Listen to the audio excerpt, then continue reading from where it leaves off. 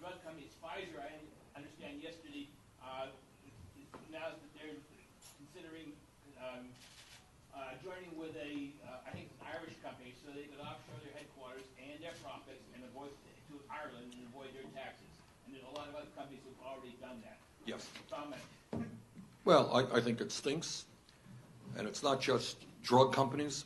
One of the, I have been criticized in this campaign for saying, not only should we raise Social Security benefits, not only should we lower the cost of prescription drugs, but we should make sure that every young person who has the ability should be able to get a college education by making public colleges and universities tuition-free, that maybe we should create millions of jobs by rebuilding our crumbling infrastructure.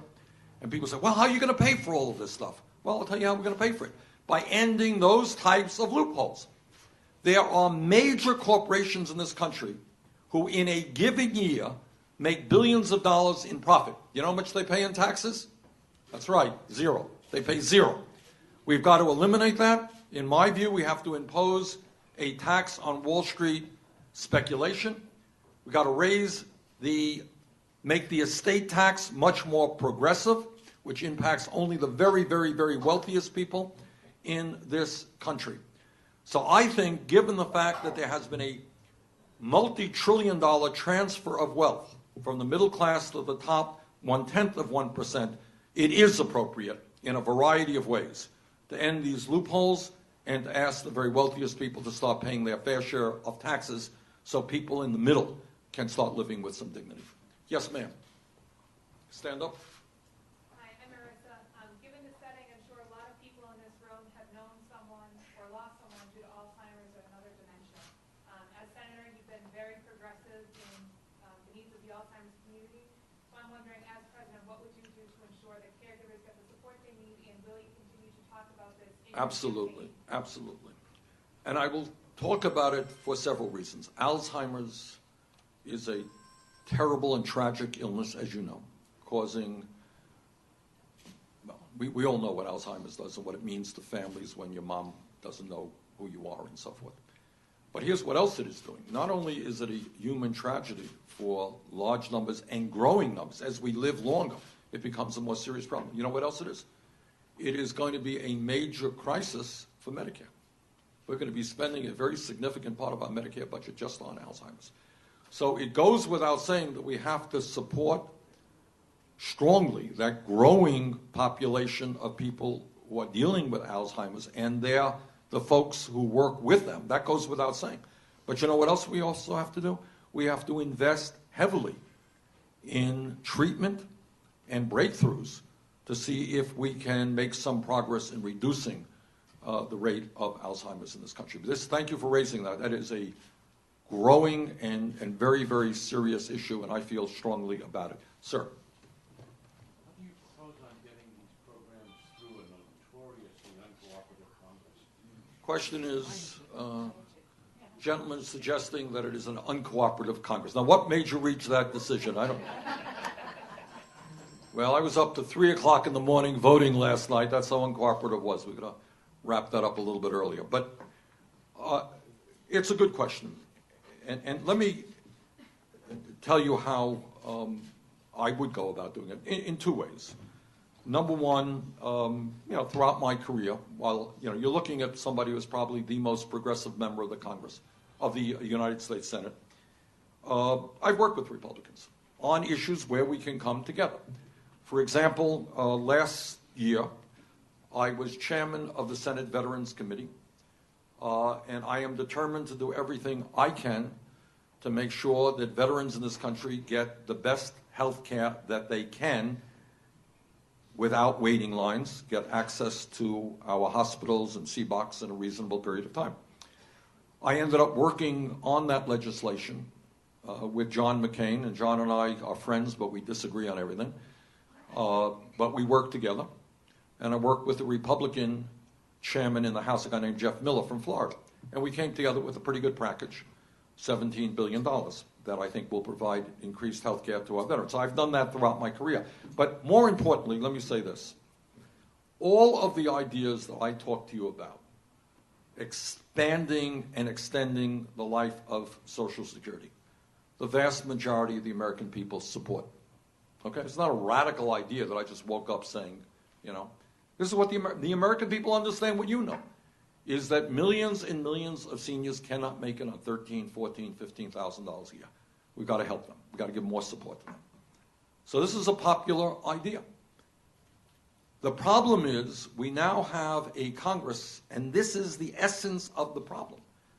We have a campaign finance system which is corrupt, where very, very wealthy people make large contributions to candidates, and candidates end up representing their needs rather than the needs of the average American. Okay? That is true on issues like taxation. Most Americans believe that the wealthy and large corporations should be paying their fair share of taxes. They believe it is Democrats, Independents, Republicans. It ain't happening because Congress, primarily the Republicans in this instance, are more concerned about representing the needs of the wealthy and their campaign contributors than they are ordinary Americans. What's the antidote? How do you deal with that? The way you deal with it, in my view, is what I call a political revolution. And by that I mean we get people involved in the political process in a way they have not previously. For example, if the senior citizens of this country stood up, and by the way, here's the good news. A couple of years ago, and I worked with the AARP on this, I worked with the National Committee to Preserve Social Security and Medicare, the ARA, worked with a lot of groups. I received petitions with millions of signatures on it saying, don't cut Social Security. And that had an impact on the debate. Social Security was not cut. If millions of seniors stand up together with petitions, with phone calls, with emails, with letters, saying to Congress, we can't make it on $13,000, $14,000 a year. You have to expand Social Security. You know what will happen? Social Security will be expanded. End of discussion. Because people in Washington know how to count votes, and if people are involved in the process and standing up and are paying attention, it will happen. That's how you get things done. If people don't vote, if people are not involved in the political process, the rich will get richer, their lobbyists will do just fine, and everybody else will get poorer. That's what I mean by a political revolution. Asking you to get involved. Let your senators know that there is a bill on the floor to expand and extend Social Security. See how they vote for it. Yes, let me get to a gentleman in the back there. Yeah. Yes. Senator Sanders, first I really want to thank you for your continued years of public service. As a citizen of New Hampshire, I've worked with you over the years that you've worked with citizen advocacy groups within the state, even though you didn't represent us, work in families. You've given up your time freely to the citizens of the state. I thank you. I actually wanted to make a comment. I find myself presently disabled, and one of the questions you asked is how do elderly or disabled survive on that amount of money? And really what one of the answers is food and medicine becomes optional. The thing you pay for is your living expenses, your ability to heat the house and live in the house. And then anything beyond that becomes optional. Well, thank you very much. Let me just repeat what the gentleman just said. And let me repeat this point again. If we were a poor country, okay, if we were a poor country, we would say, well, it's too bad that people don't have enough to eat. It's too bad that some seniors don't have the nutrition they should have. We're a poor country. We are not a poor country. We are the wealthiest country in the history of the world. Problem is, too much of that wealth rests in the hands of a few. And in my view, that has got to change. People in America, for seniors in America, and for others, food should not be an option. I don't think it is too much to ask that in the wealthiest country in the history of the world, our seniors, our children, our working families have the nutrition that they need. I'll pick up on your point and expand it. I was in Iowa a couple of months ago, and I was in at a farmer's market in Des Moines. And there was a guy there who worked for a church, and what his job was to collect food from the farmer's market that was not sold, and he brought it to an emergency food shelf. Okay? We have one in Burlington. My son worked there actually for many years. And I asked him, I said, well, who goes to the emergency food shelf here in Des Moines? Is it mostly, homeless people or people without work? He said 90% of the people who go there are working. But these are people who are not earning sufficient income to adequately feed their families. That's got to change. It's got to change for seniors. People in America should not be going hungry. Okay, ma'am. I just wanted to mention that it's hard for me to go to my son, who's a college graduate with a mountain of student loans, and tell him that I'm hungry and I need some money because, to help me. It's how do you ask a kid that's just starting off to take care of his mother, because it's just not fair. It's not Well, this is the same point. Who made that point earlier? You did. Who made the point about young children having to take care of their... Yeah. Right.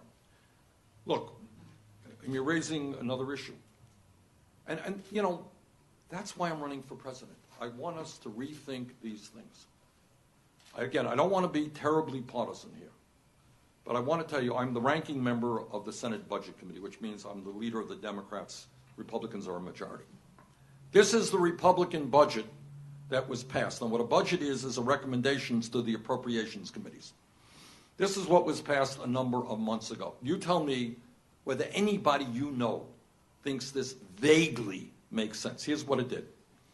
Made major cuts in Medicaid, ended the Affordable Care Act, voucherized Medicare, converted it into a voucher program, massive cuts in nutrition programs, massive cuts in federal aid to education, including the Pell Grant program, $90 billion over a 10-year period.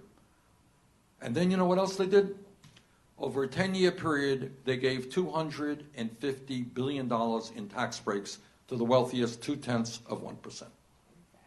In other words, doing exactly the opposite. Instead of asking millionaires and billionaires to start paying their fair share of taxes, they gave tax breaks to the wealthiest families in this country. Instead of helping people who are struggling to put food on the table, they cut nutrition programs. Those are priorities that are absolutely backward, and that's what this struggle is about, and that's why I'm running for president. But your point is, and this is a difficult point, you have seniors, people with disabilities. If Medicaid is cut, that means Medicaid pays a whole lot of nursing home care in this country. That's a fact. If you cut Medicaid significantly, who's going to have to pick up the difference for older people in nursing homes? Families are. But what happens if families are struggling economically? They can't help. That's what's going on. The rich get richer, and everybody else is struggling.